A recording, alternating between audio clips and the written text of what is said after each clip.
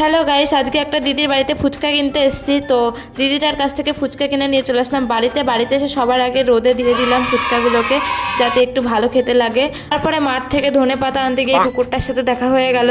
আর এখানে দাঁড়িয়ে একটু অন্যের বাড়ির ঝগড়া দেখছিলাম। তারপর বাড়িতে এসে সবকিছু রেডি করে নিলাম মশলাগুলো। এরপর সবার আগে বোন তেঁতুল জল বানিয়ে নিল, দেখো। আর এখন বোন আলু মাখবে। আলু মাখার মধ্যে ঝাল, তেল, পেঁয়াজ, একটু ধনেপাতা আর এই মশলা দিয়ে ভালো করে মেখে নিতে হবে। লাস্টে তেঁতুল জলটা একটু গাঢ় করার জন্য তেঁতুল জলের মধ্যে সিক্রেট মশলা আর একটু আলু মাখা দিয়ে দিল। আর এই সিক্রেট মশলাটা বানানোর জন্য ধনে, জিরে আর একটু গরম মশলা ভালো করে ভেজে নিয়ে তারপরে বেটে নিতে হবে। আর এইদিকে সবাই খেতে শুরু করে দিয়েছে। আর আমার ভাই দেখো হাত ধোয়া জলটাকে তেঁতুল জল ভেবে সেটাই খেতে শুরু করে দিয়েছে। আর ভাইকে যখন জিজ্ঞাসা করছে ভাই কেমন লাগছে খেতে, ভাই বলছে দারুণ লাগছে, দারুণ। আর আমার বোন আবার চুরমুর বানাচ্ছিল। তারপরে আমার কাকি আর আমিও একটা করে খেয়ে নিলাম। আর তোমাদের যদি আমার এই মিনি ব্লগ দেখতে ভালো লাগে তাহলে চ্যানেলটা সাবস্ক্রাইব করে দিও। টাটা।